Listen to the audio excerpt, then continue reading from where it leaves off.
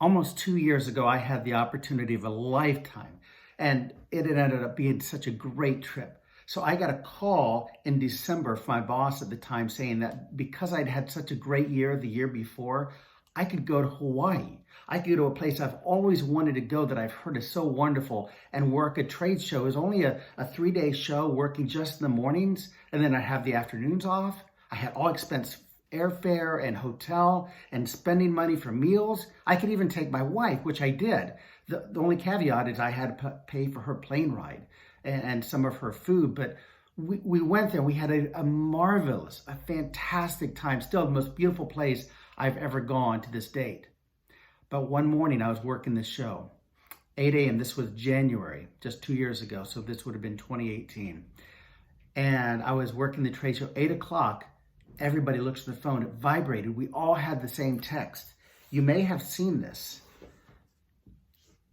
I'm going to show you a picture of what my phone said at the time. Emergency alert. Ballistic missile target inbound to Hawaii. Seek immediate shelter. This is not a drill. What would you do? We all just kind of looked around at each other and thought, is this real?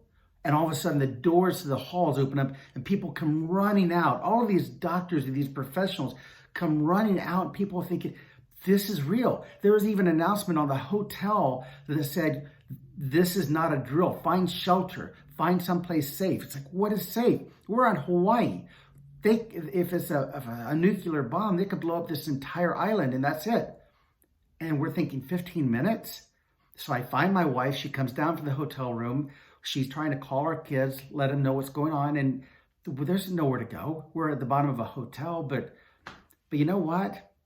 As Christians, we were nervous. We didn't know what to think. We thought this could have been it. For about a half an hour, I thought this could be the end of our lives. But I wasn't afraid. Not really. My wife and I knew that our eternity is secure in heaven. What do we have to fear? So as we look into this next year, 2020, and I ask you, what do you want for 2020? You know, there's so many things. Not many people have had a scare like that. Some of you have had the call that you have cancer, or that you have this rare disease, or you have something going on that you don't know if you're going to survive. It makes you put a perspective on what's most important in your life. So if you were to get a text message like that or a scare, then what would you think? What's most important for your life for this next year that you want to accomplish? You know, the goal that Jesus has for our lives is shared in James, the book of James, when this was the brother of Jesus. And I always love what Pastor Andy Stanley said. What would your brother have to do to convince you he was the Son of God? He did it. He showed James that he proved that that's who he was.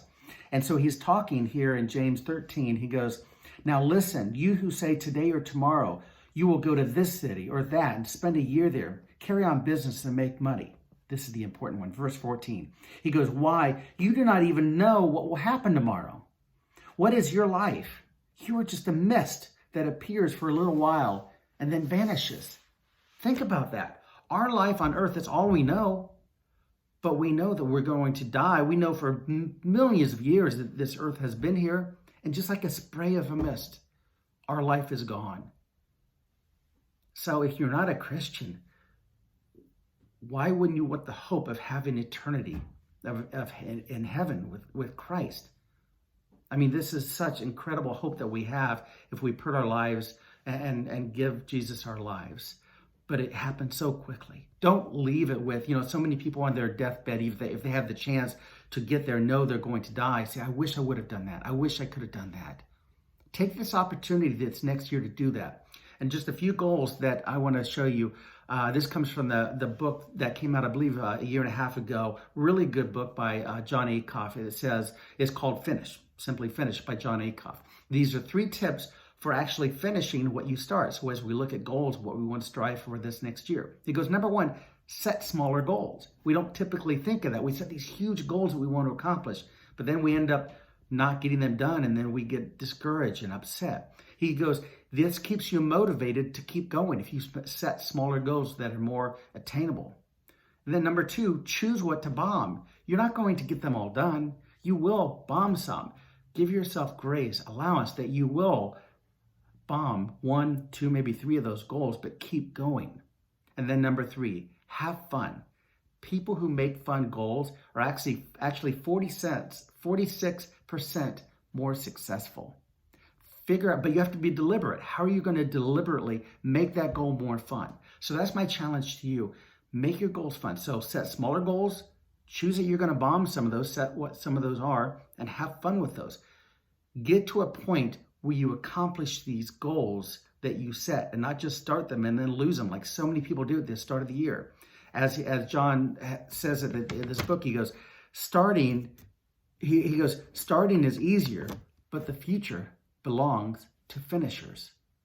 It doesn't matter. I mean, he even goes on to say, what would you say about a doctor or a lawyer, somebody who's doing these really important things? This only matters how you start. It doesn't matter how you finish. Finish isn't important, but put things in perspective. Make them manageable. What's important to you in 2020?